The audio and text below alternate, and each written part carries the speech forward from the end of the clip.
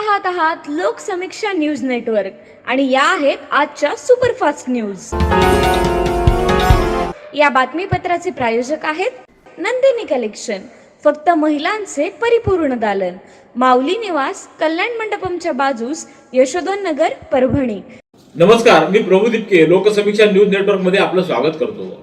आपण पाहत आहात परभणीचं एकमेव बातमीपत्र Loksamiksha superfast. Red Apple exclusive MIDC परिसर, परभणी। मुस्लिम धर्मियांचा अत्यंत पवित्र असलेला रमजान ईद हा सण आज परभणी शहरासह जिल्हाभरात मोठ्या उत्साहात साजरा करण्यात आला। परभणी शहरात महापालिकेनं सार्वजनिक नमाज अदा करण्यासाठी 4 ठिकाणी व्यवस्था केली होती, तर ईदगाह मैदान इथं मुस्लिम बांधवांना शुभेच्छा देण्यासाठी लोकप्रतिनिधी, अधिकारी यांनी हजेरी लावली।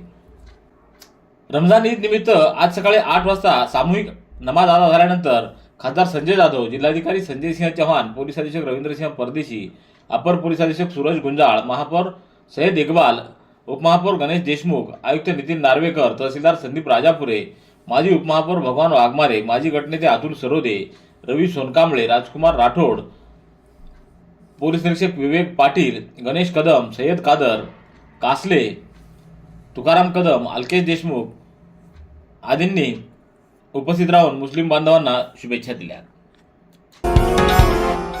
पोलीस उपमहानिरीक्षक श्री शहाजी उमाप यांनी नांदेड परिक्षेत्रात गुटखा आणि प्रतिबंधित तंबाखूजन्य पदार्थांविरुद्ध व्यापक मोहीम उघडली आहे। कॅन्सर सारख्या दुर्धर रोगांपासून नागरिकांचा बचाव व्हावा या दृष्टिकोनातून ही मोहीम राबवण्यात येते आहे। या मोहिमेच्या 5व्या दिवशी गुटखा विक्री, साठवणूक व वाहतूक करणाऱ्यांच्या विरोधात आणखी 5 गुन्हे नोंदवत अशा व्यवसायात गुंतलेल्या एकूण 9 आरोपींना पोलिसांनी गजाआड केले। या मोहिमेअंतर्गत नांदेड जिल्ह्यातील भाग्यनगर व मुखेड, परभणी जिल्ह्यातील बोरी, लातूर जिल्ह्यातील उदगीर ग्रामीण व हिंगोली जिल्ह्यातील औंढा नागनाथ अशा 5 पोलीस ठाण्यांनी या कारवाया केल्या असून यामध्ये कलम 123 नुसार 9 आरोपींच्या विरोधात एकूण 5 गुन्हे नोंदवण्यात आलेले आहेत। या गुन्ह्यामध्ये निष्पन्न झालेल्या आरोपींकडून एकूण 8,42,090 रुपये किमतीचा गुटखा व अन्य साहित्य जप्त करण्यात आले असल्याची माहिती दिली आहे। तक्रारीकरता पोलीस प्रशासनाने उपलब्ध केलेल्या डायल 112 यावर खोटी माहिती देणाऱ्याच्या विरोधात जिंतूर पोलिसांनी गुन्हा दाखल केला आहे।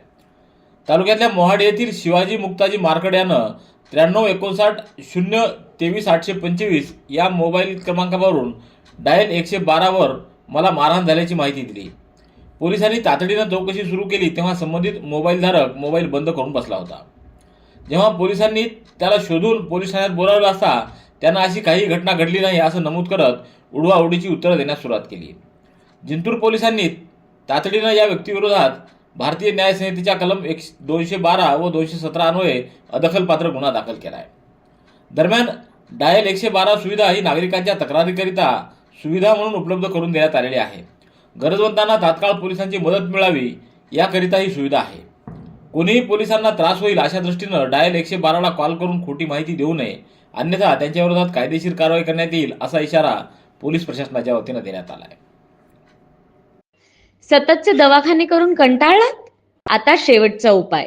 डॉक्टर गोविंद कामटे यांचे बालाजी आयुर्वेदिक निसर्गोपचार केंद्राला भेट द्या। शुगर, मूळव्याध, ॲलर्जी, सोरायसिस, गजकर्ण, दमा, लठ्ठपणा, गुडघेदुखी, कंबरदुखी, वात, गाठीचे आजार, लकवा, केस गळणे, मुतखडा, सफेद डाग यांसारख्या जुनाट आजारांवर खात्रीशीर उपचार केले जातात। दारू सोडवण्यासाठी विशेष उपचार उपलब्ध। संपर्क डॉक्टर गोविंद कामटे, आयुर्वेद विद्याविशारद, बालाजी आयुर्वेदिक निसर्गोपचार केंद्र, तलाठी कार्यालयाच्या बाजूला, वसमत रोड, परभणी। संपर्क 9921691008। पूर्णा शहरातील रेल्वे स्थानक परिसरात मागील आठवडाभरात घडलेल्या 2 जबरी चोरीच्या घटनांचा पूर्णा पोलिसांनी यशस्वी छडा लावत 5 आरोपींना अटक केली आहे। या आरोपींकडून 6 दुचाकी, 11 मोबाईल असा सुमारे 8.5 लाख रुपयाचा मुद्देमाल जप्त करण्यात आला आहे। न्यायालयानं या आरोपींना पोलीस कोठडी सुनावली आहे।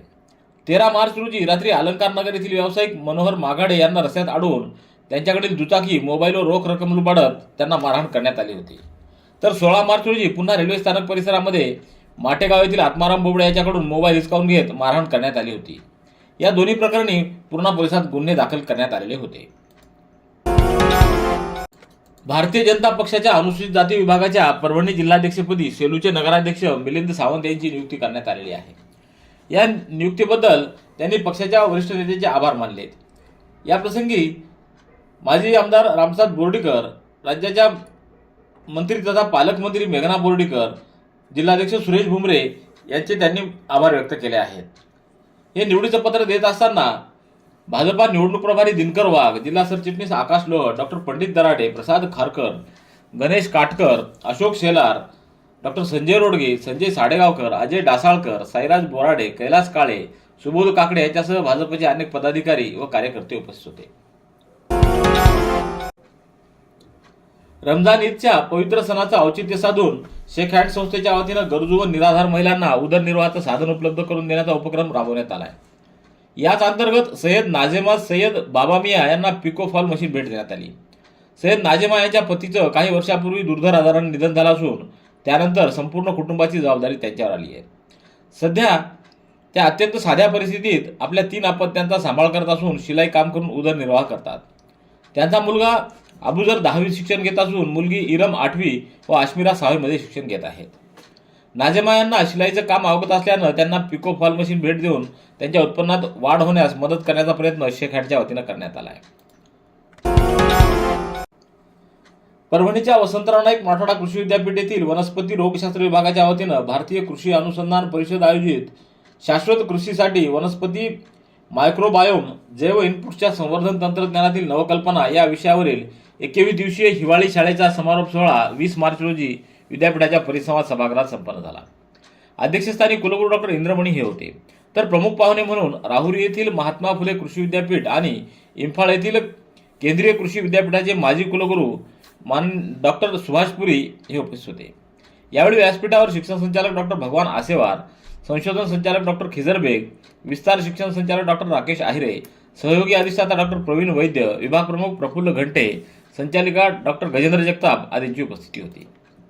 Red Apple furniture, smart furniture for smart people. Exclusive Parbhani शहरातील भव्य शोरूम रेड ॲपल एक्सक्लुझिव्ह, भारतातील स्मार्ट फर्निचर ब्रँड आता आपल्या परभणी शहरामध्ये. हो, आता आपल्या परभणी शहरामध्ये. या अंतर्गत ऑफिस, बेडरूम, डायनिंग, लिव्हिंग इत्यादी प्रकारचे फर्निचर आपणास मिळेल. Bedroom set, bed, dressing table, sofa set, कपाट, डायनिंग टेबल टीपॉय आणि स्टील फर्निचर इत्यादी सर्व प्रकारचे फर्निचर तेही आकर्षक किमतीमध्ये उपलब्ध आहे. एक वेळ अवश्य भेट द्या.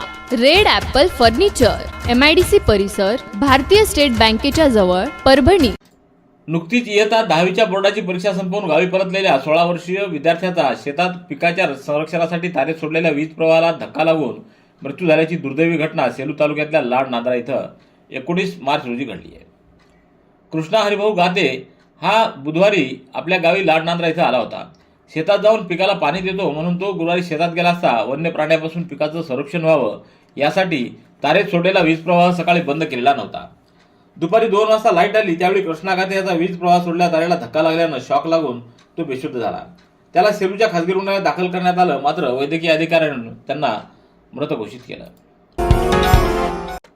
गंगाखेड रेल्वे स्थानकातून परभणीच्या दिशेनं निघालेल्या रेल्वे मालगाडीच्या डब्याला सोडणारा ब्रेक एअर पाईपचा जॉईंट तुटल्याची घटना 19 मार्च रोजी सायंकाळी 7:30 वाजता गंगाखेड रेल्वे स्थानकाच्या प्लॅटफॉर्म क्रमांक 2 वर उघडकीस आली. सुदैवानं या घटनेत कोणतीही जीवितहानी झालेली नाही, मात्र उपस्थित प्रवासी आणि रेल्वे कर्मचाऱ्यांची चांगली धावपळ उडाली. परळीहून परभणीच्या दिशेनं जाणारी मालवाहू रेल्वे गाडी गुरुवारी गंगाखेड शहराजवळ पोहोचली असता परभणीकडून पनवेल जाणारी एक्सप्रेस रेल्वे पुढच्या दिशेने येत होती. ही मालगाडी गंगाखेड रेल्वे स्थानकावरील प्लॅटफॉर्म क्रमांक 2 वर थांबवण्याचा इशारा मिळाल्यानं सावकाश गतीने येत होती. मात्र रेल्वे स्थानकावर येताच इंजिनपासून काही डबे सोडून एअर ब्रेकजवळ अचानक मोठा आवाज झाल्याचं निदर्शनास आलं. डब्याला जोडणारा ब्रेक एअर मागं सोडून इंजिन आणि काही डबे पुढे निघाले. अचानक झालेल्या या घटनेमुळे रेल्वे स्थानकातील प्रवाशांची मात्र चांगली तारांबळ उडाली.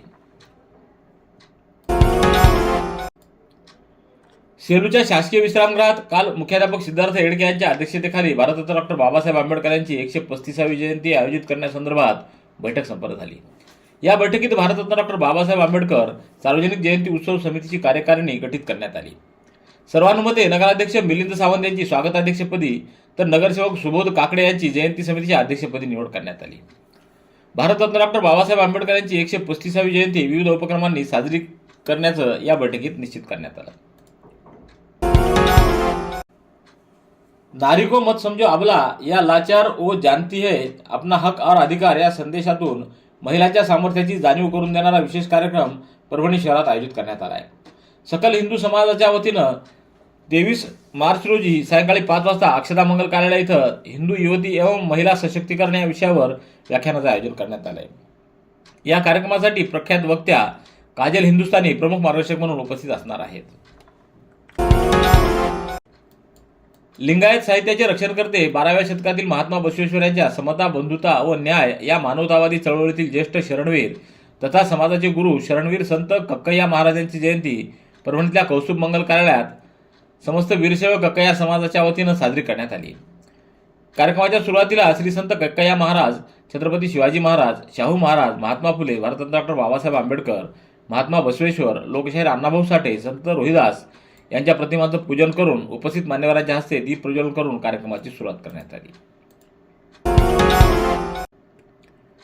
पालम तालुक्यातल्या दुटका येथील विविध विकास कामांमधील अनियमितता व भ्रष्टाचाराच्या निषेधार्थ सामाजिक कार्यकर्ते तिरुपती शिंदे व ग्रामस्थ गेल्या 5 दिवसापासून जिल्हाधिकारी कार्यालय इथं उपोषणाला बसले होते. आज या उपोषणाला मराठा सेवा मंडळ आणि सकळ मराठा समाजाच्या वतीनं भेट देऊन त्यांना पाठिंबा देण्यात आला. नितीन देशमुख आणि बालाजी मोहिते यांनी या आंदोलकांची भेट घेऊन त्यांना पाठिंबा दिला.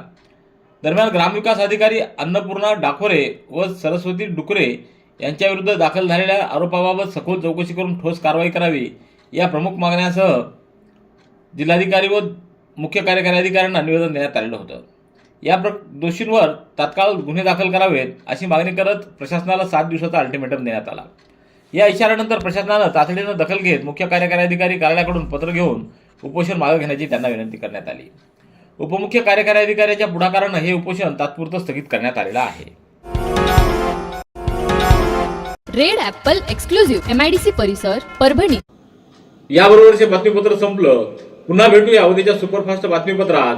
पाहत रहा लोकसमीक्षा. तुम्हाला हे बातमीपत्र कसं वाटलं याबद्दल आपली प्रतिक्रिया नोंदवा. दररोजचे अपडेट्स मिळवण्यासाठी लोकसमीक्षा चॅनलला सबस्क्राईब करा. धन्यवाद.